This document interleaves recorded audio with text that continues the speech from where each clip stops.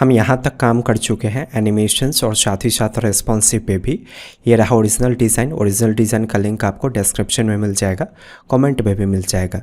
देखिए यहाँ तक बन चुका है, इस पे काम करना है ना। तो ये जो माउस का बटन दबाकर आप इसे स्लाइड कर पा रहे हो ना, इसको आप HTML CSS से नहीं कर सकते हो, इसके लिए जावास्क्रिप्ट की ज़रूरत पड़ेगी। तो अभी हम कॉपी पेस्ट करके इसको बना सकते हैं। अभी आपको कोड समझ में नहीं आएगा, इजी होगा कॉपी पेस्ट करना, अभी आप इग्नोर करना, बस आप बनाने से मतलब रखो। जावास्क्रिप्ट पढ़ाऊँगा ना तो उसमें अच्छी तरह से आप ये चीज़ सीख पाएंगे। आप सर्च करना स्वाइपर.js। यहाँ देखिए स्वाइपर डेमोज पे क्लिक कीजिएगा। देखिए यहाँ पे है ना इस तरीके का डिज़ाइन, कर्सर से मैं स्लाइड कर पा रहा हूँ। तो यहाँ चाहिए कोड के अंदर आपको CSS का कोड दिखेगा स्वाइपर से, यहाँ से। तो यहाँ से लेकर यहाँ तक के कोड को ध्यान दीजिए। स्टाइल के अंदर जो ये कोड होगा ना, यहाँ तक स्वाइपर स्लाइड IMG तक कोड को कॉपी कर लीजिएगा। कॉपी करने के बाद अपने प्रोजेक्ट में आ जाइए, CSS वाले फाइल में index.css में यहाँ पे की फ्रेम्स को फाइंड कीजिएगा। हमने की फ्रेम्स का कोड जहाँ पे राइट किया होगा ना, उसी के ऊपर ये चीज़ राइट करेंगे।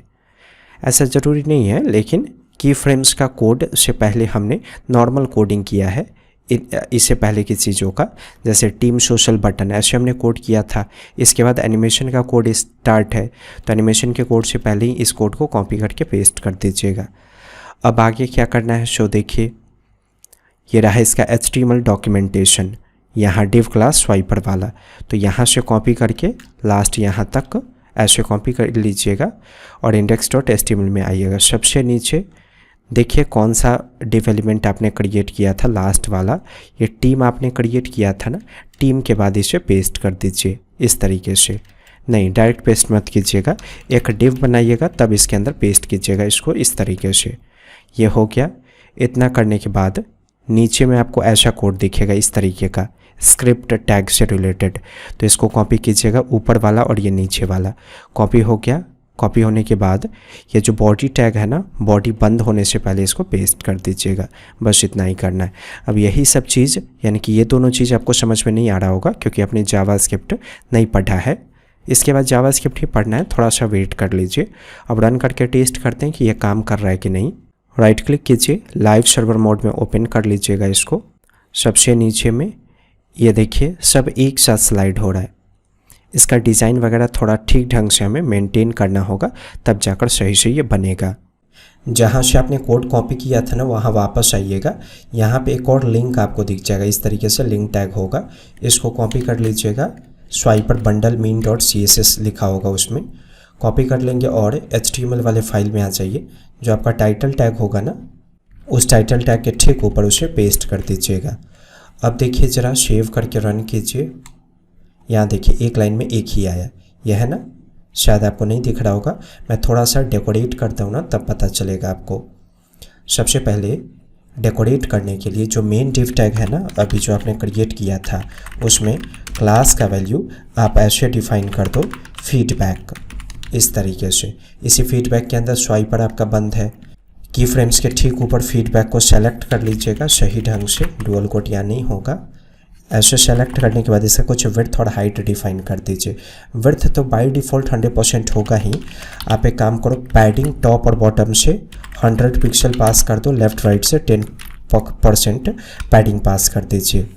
हाइट का इस्तेमाल कीजिए, हाइट मैंने सेट कर दिया 450 पिक्सल। ऐसे सेव करके रन कीजिए। इतना बड़ा दिखा, मैच करते हैं डिज़ाइन।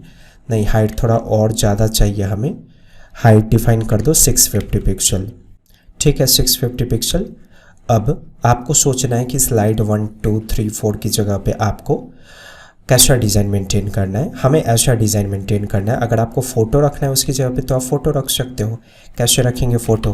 या तो फ़ोटो डाउनलोड करके इस्तेमाल कर लीजिए, नहीं तो मैं डायरेक्ट लिंक ही इस्तेमाल कर लेता हूँ फ़ोटो का। इस तरीके का ढूंढिए फ्लावर, इसको न्यू टैब में ओपन कीजिएगा। जब ये क्लीन हो जाएगा उसके बाद हो गया clean, open image in new tab.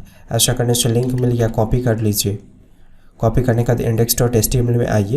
ये जो डिफ टैग है ना, स्लाइड 1 स्लाइड 2 स्लाइड 3, सबको हटाइए। img टैग शुरू कीजिएगा, src के वैल्यू में उसे पेस्ट कर दीजिए ऐसे। और हाँ, याद रखिएगा आप इसमें क्लास का वैल्यू स्वाइपर -स्लाइड ज़रूर दीजिएगा, तो ही सही से काम करेगा। ठीक है, तो ये पहला फ़ोटो था। इसी फ़ोटो को मैं मल्टीपल टाइम्स कॉपी करके पेस्ट कर देता हूँ, ये देखिए, है ना, मल्टीपल इमेज को मैंने सेट कर दिया। तो अब आपका फ़ोटो स्लाइड होगा। रन कीजिए, यहाँ जाइए आप अपने पेज पे, ये देखिए मैं फ़ोटो को ऐसे स्लाइड कर पा रहा हूँ। एक लाइन में मुझे 2-3 फ़ोटो देखना है, जैसे यहाँ भी देखिए एक लाइन में 3 है ना, एक बार में 3 दिख रहा है, तो वैसे ही मुझे भी देखना है एक बार में 3 फ़ोटो। तो वो कैसे होगा, उसके लिए HTML वाले पेज में सबसे लास्ट में ये कोड आपने लिखा होगा, आपको कर्ली ब्रैकेट दिखेगा, इसके अंदर मतलब इस कर्ली ब्रैकेट में एंटर प्रेस कीजिएगा और इसमें राइट कर दीजिएगा स्लाइड्स पर व्यू, इस तरीके से ऐसे ही लिखना है, स्पेलिंग गलत नहीं करना है, P कैपिटल और V कैपिटल, इसमें राइट कर दो 3। तो एक लाइन में 3 फोटो दिखेगा। अब आपको देखिए एक लाइन में 3 ही फोटो है, लेकिन गैप नहीं है ना बीच में, इसलिए आपको पता नहीं चल रहा है। हम गैप डिफाइन करेंगे तो दिखना शुरू हो जाएगा सही ढंग से। गैप के लिए आप इसको कॉमा से सेपरेट करना और ऐसे ही राइट कीजिएगा स्पेस बिटवीन, इसका वैल्यू सेट कर दीजिए 30, यानी कि 30 पिक्सल का गैप तीनों के बीच में मेंटेन हो जाएगा। ये देखिए, और ज़्यादा गैप चाहिए तो 40, 50, 60 ऐसे कर सकते हैं। तो एक लाइन में 3 फोटो, ये देखिए स्लाइड हुआ